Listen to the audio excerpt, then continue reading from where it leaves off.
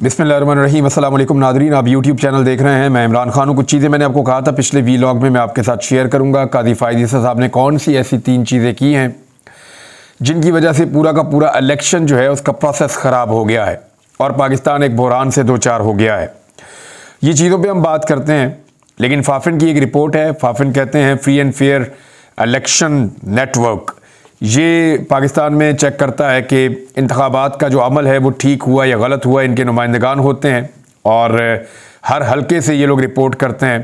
फाफिन की जो रिपोर्ट है, नॉर्मली जो फाफिन की रिपोर्टें वो PMLN को सूट कर रही होती हैं, लेकिन इस मरतबा इस बड़े पैमाने पर धांधली हुई है कि उन्होंने भी जो रिपोर्ट जारी की है वो भी मुस्लिम लीग नून को सूट नहीं कर रही। मुस्लिम लीग नून हर उस शख्स को गाली दे रही है जो इलेक्शन में धांधली के बारे में बात भी करता है, चाहे वो कोई कमिश्नर है, चाहे वो कोई और ऑफिसर है, कोई रिटर्निंग ऑफिसर है, कोई RO है, कोई और निज़ाम है, कोई पॉलिटिकल पार्टी है। मौलाना फजलुर रहमान के ऊपर भी इन्होंने चढ़ाई कर दी है। तो ये देखें, फाफिन के मुताबिक इलेक्शन एक्ट का तकाजा है कि ROs ने फॉर्म 47 इंतखाबी उम्मीदवारों और उनके एजेंट्स और मजाज मुबस्सरीन की मौजूदगी में बनाने होते हैं। यानी एजेंट्स भी आएंगे सियासी जमातों के, और जो उम्मीदवार हैं वो भी मौजूद होंगे, और जो मुबस्सरीन हैं, जो लोग उसको देखने के लिए आए हैं, नज़र रखने के लिए, उनकी मौजूदगी में बनाएंगे। अब इस वक्त जो 260 इंतखाबी हलके हैं उनमें से 135 के ROs ने तमाम कानूनी तकाजे पूरे नहीं किए।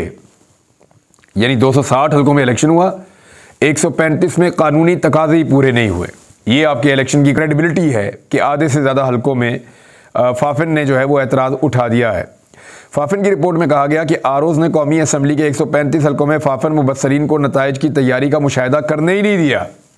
जो मुबस्सरीन है, जो देखना चाहते थे कि पता चले नतीजा कैसे बन रहा है, उनको आने ही नहीं दिया और मुशाहिदे से रोके गए। जो मुबस्सरीन हैं उनके हलकों में से 46 में पाकिस्तान तहरीक-ए-इंसाफ की हमायत याफ्ता उम्मीदवार, मुस्लिम लीग नून के 43 और पीपल्स पार्टी के 28 उम्मीदवार जो हैं वो जीते हैं। यानी नून लीग के 43 ऐसे हैं और पीपल्स पार्टी के 28 ऐसे हैं जहां पे बिल्कुल उन्होंने आने नहीं दिया करीब। इलेक्शन कमीशन के अमले ने फटकने नहीं दिया फाफिन को भी और मुबस्सरीन को भी। और 65 इंतखाबी जो हलके हैं उनके नताइज की तैयारी में इंतखाबी उम्मीदवारों और उनके एजेंट्स को जायजे से रोका गया, और ऐसे हलकों में जो है वो ज़्यादातर जो कामयाबी है वो PMLN के पास है। और फाफिन के मुताबिक रिटर्निंग ऑफिसर के इस अमल से इंतखाबी शफाफियत के लिए इलेक्शन कमीशन की काविशें मुतासर हुई हैं। यानी जो कुछ भी ROs कर रहे थे उससे जो इंतखाबात हैं वो फ्री एंड फेयर नहीं रहे। रात 2 बजे तक नताइज की जो तैयारी की कानूनी मोहलत थी वो सिर्फ 4 इंतखाबी हलकों के अंदर उसके ऊपर अमल हुआ है। 80 हलकों में से 42 में जो रिकॉर्ड मैसर है वो टेम्पर्ड है, उसके शवाहिद जो हैं और थैले जो हैं वो खोले हुए थे। इंतखाबी उम्मीदवार या एजेंट्स के बगैर खोले गए वो थैले। ROs ने कौमी हलकों में फॉर्म 45 की गिनती 53 गलतियों की निशानदेही करके प्रिजाइडिंग ऑफिसर से दुरुस्ती करवाई। यानी ये जो चीज़ें अब सामने आ रही हैं ये साफ साफ बता रही है कि धांधली किस लेवल पे हुई है और किस तरीके से हुई है। अब इसके ऊपर कुछ तजावीज़ हैं जिनके ऊपर अमल दरामद करके इस सारे अमल को दुरुस्त किया जा सकता है।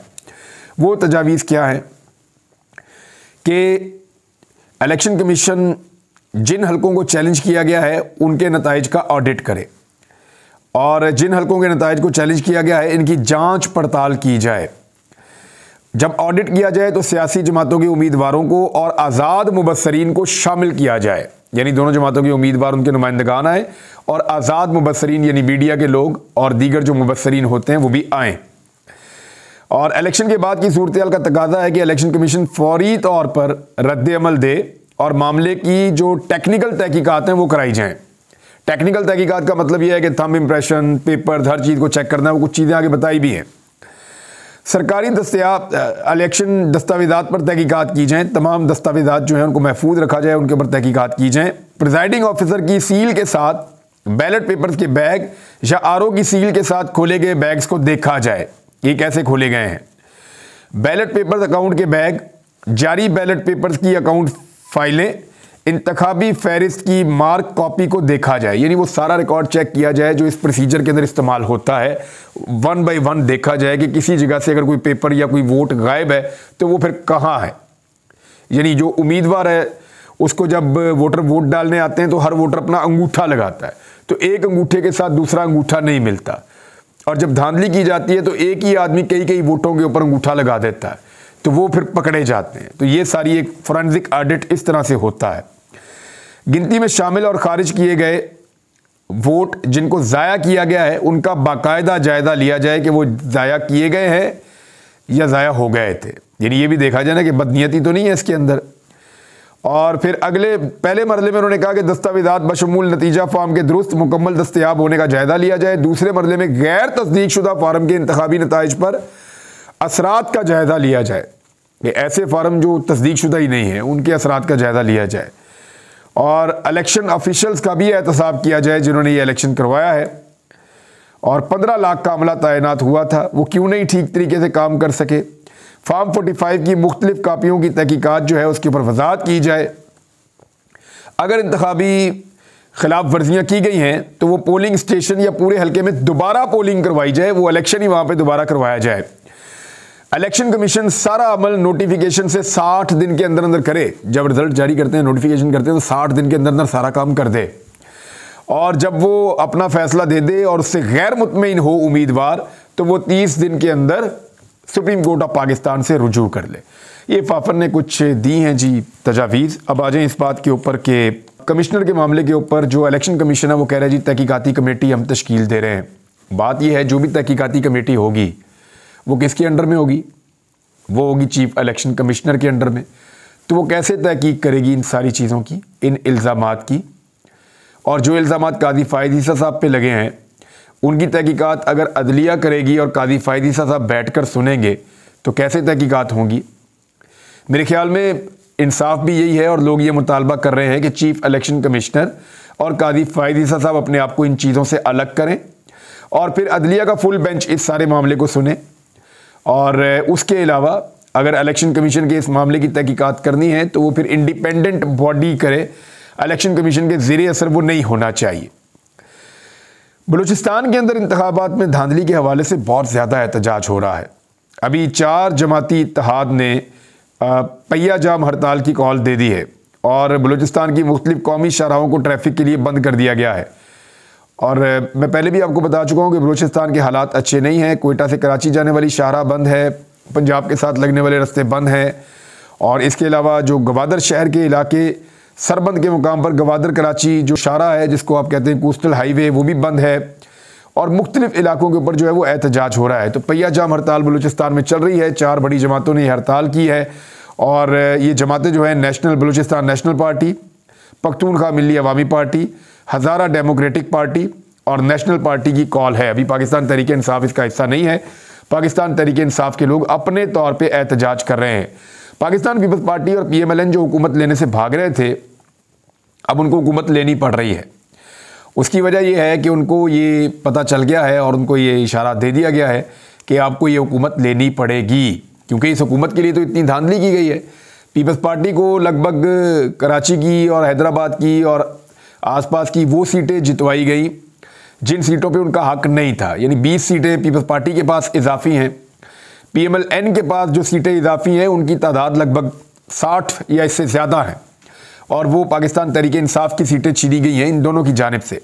तहरीक इंसाफ का ये कहना है कि उनके साथ जो धांधली हुई है उसमें एटलीस्ट तकरीबन उनसे जो सीटें छीनी गई हैं उनकी तादाद 70 से 80 के दरमियान वो लोग मानते हैं कि इतनी सीटें उनसे छीनी गई हैं।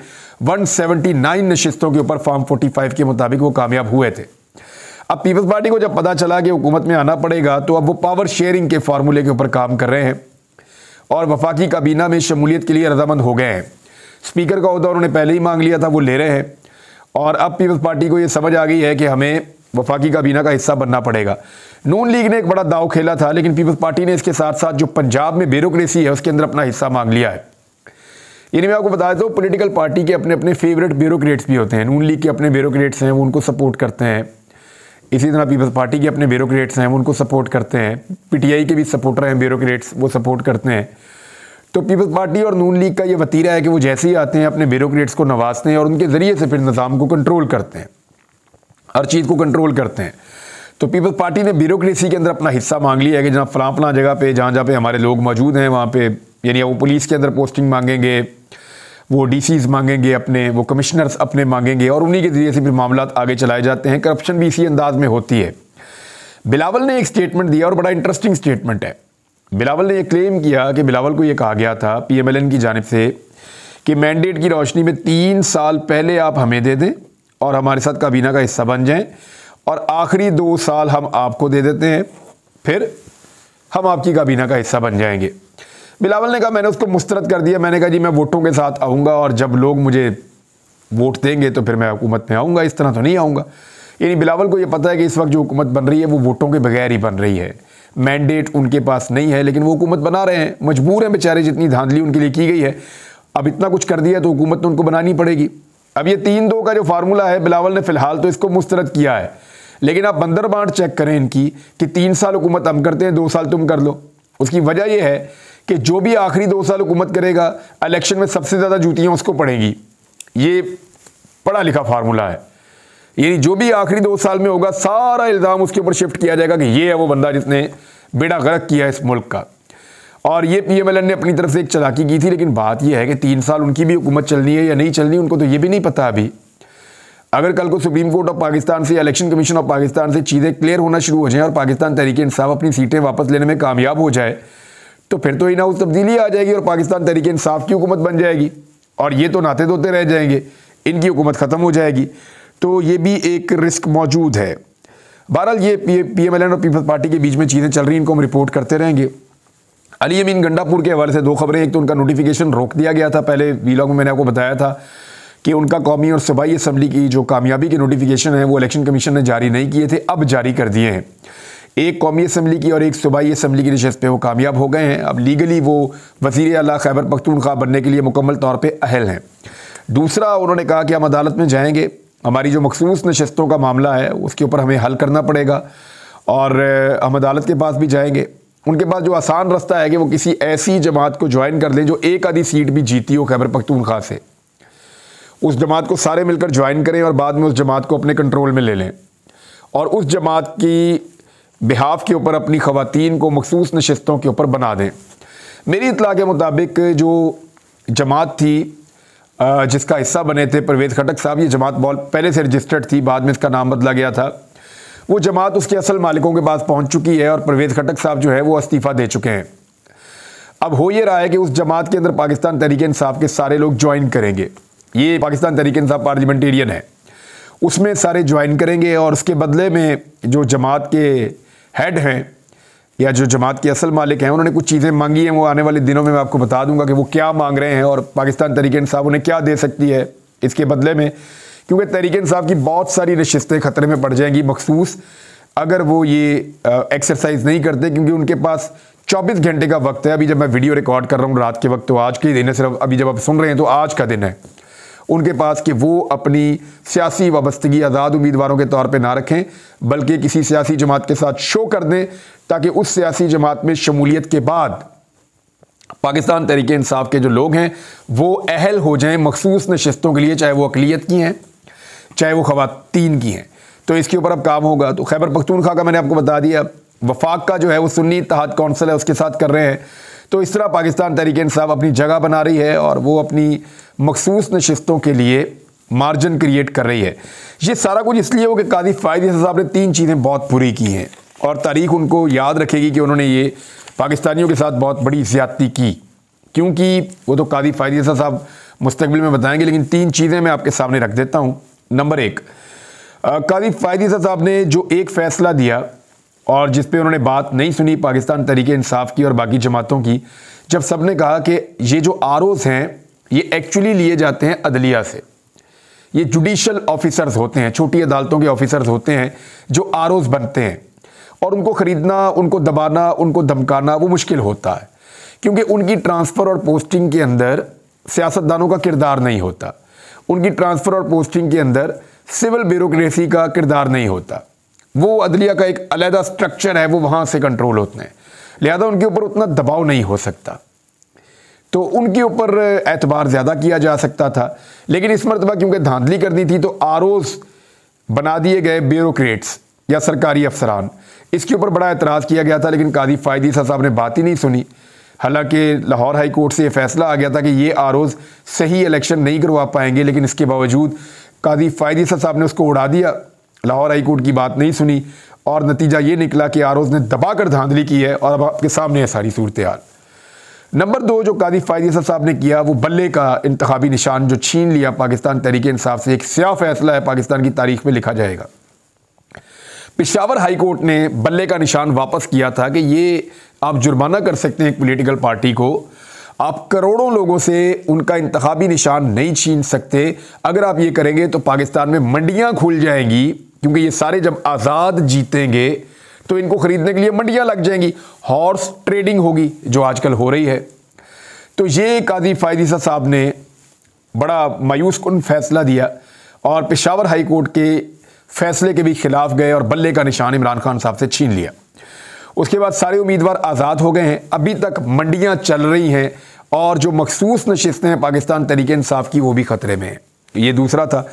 तीसरा, लेवल प्लेइंग फील्ड के हवाले से पाकिस्तान तहरीक इंसाफ जब गई तो कादी फ़ायद ईसा साहब ने बहुत अजीब तरीके से मजाक उड़ाया इस सारे मामले का और इसके ऊपर किसी किस्म का इंसाफ नहीं किया। पूरी दुनिया की रिपोर्टिंग आज ये बता रही है, आलमी सतह पे तमाम अखबारात, तमाम जरीदे, तमाम टीवी चैनल्स, तमाम आलमी मुबस्सरीन सब के सब ये कह रहे हैं कि टिक्का के धांधली हुई है और लेवल प्लेइंग फील्ड नहीं थी, लेकिन कादी फ़ायद ईसा साहब को कुछ दिखाई नहीं दिया। ये वो ज़्यादतियाँ हैं जो सुप्रीम कोर्ट ऑफ पाकिस्तान की जानिब से हुई हैं बदकिस्मती से, और आज हम वहाँ खड़े हैं जहाँ हमें कभी नहीं होना चाहिए था। अब तक के लिए इतना ही। अपना ख्याल रखिएगा, अपने इस चैनल का भी। अल्लाह हाफिज़।